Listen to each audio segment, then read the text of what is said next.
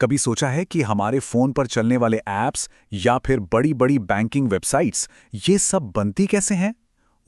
ज्यादातर मामलों में इसका जवाब है जावा। ये एक बहुत ही पॉपुलर और पावरफुल प्रोग्रामिंग भाषा है।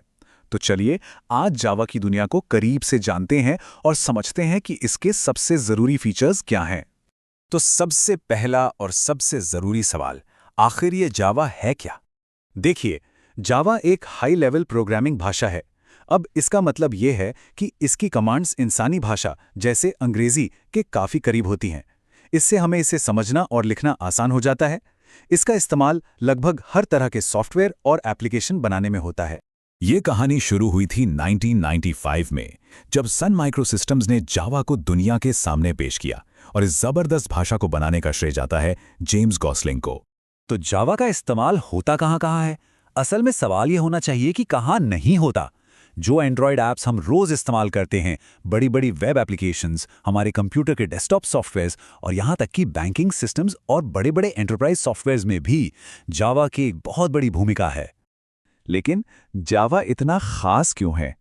चलिए अब उन मुख्य विशेषताओं पर एक नजर डालते हैं जो इसे आज भी इतना शक्तिशाली और काम का बनाए हुए हैं। जावा की पहली और सबसे बड़ी खूबी है इसकी सादगी। मतलब इसे इस तरह से डिजाइन किया गया है कि जो लोग प्रोग्रामिंग में नए हैं वो भी इसे आसानी से समझ सके। इसका सिंटैक्स यानी लिखने का तरीका सी और C++ भाषाओं से काफी मिलता जुलता है। तो जिन लोगों को ये भाषाएं आती हैं उनके लिए तो ये और भी आसान हो जाता है। अब बात करते हैं जावा की दूसरी बड़ी ताकत की, जो है इसका ऑब्जेक्ट ओरिएंटेड होना। सुनने में भले ही ये थोड़ा टेक्निकल लगे, पर इसका मतलब बस इतना है कि ये प्रोग्रामिंग को असल दुनिया की चीजों से जोड़ने का एक तरीका है। इसके लिए जावा कुछ खास कॉन्सेप्ट्स का इस्तेमाल करता है, जैसे क्लास और ऑब्जेक्ट। सोचिए, क्लास एक ब्लूप्रिंट की तरह है और ऑब्जेक्ट उस ब्लूप्रिंट से बनी असली चीज है। इनके अलावा इनहेरिटेंस और पॉलीमॉर्फिज्म जैसे सिद्धांत कोड को व्यवस्थित, सुरक्षित और बार-बार इस्तेमाल करने लायक बनाते हैं। चलिए अब जावा के सबसे शक्तिशाली सिद्धांत पर चलते हैं, प्लेटफॉर्म इंडिपेंडेंस। यहीं पर जावा का सबसे मशहूर सिद्धांत सामने आता है, एक बार लिखो कहीं भी चलाओ।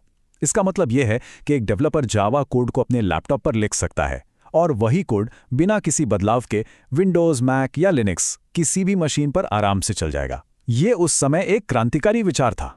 अगला फीचर है सिक्योरिटी, और आज की कनेक्टेड दुनिया में ये कितना जरूरी है हम सब जानते हैं। जावा को शुरू से ही सुरक्षा को ध्यान में रखकर बनाया गया था। जावा बहुत ज्यादा सुरक्षित है क्योंकि ये प्रोग्राम को सीधे कंप्यूटर की मेमोरी से छेड़छाड़ करने नहीं देता। इसमें एक सिक्योरिटी मैनेजर भी होता है जो हर गतिविधि पर नजर रखता है, और इसी वजह से बैंक और फाइनेंशियल सिस्टम्स जावा पर इतना भरोसा करते हैं।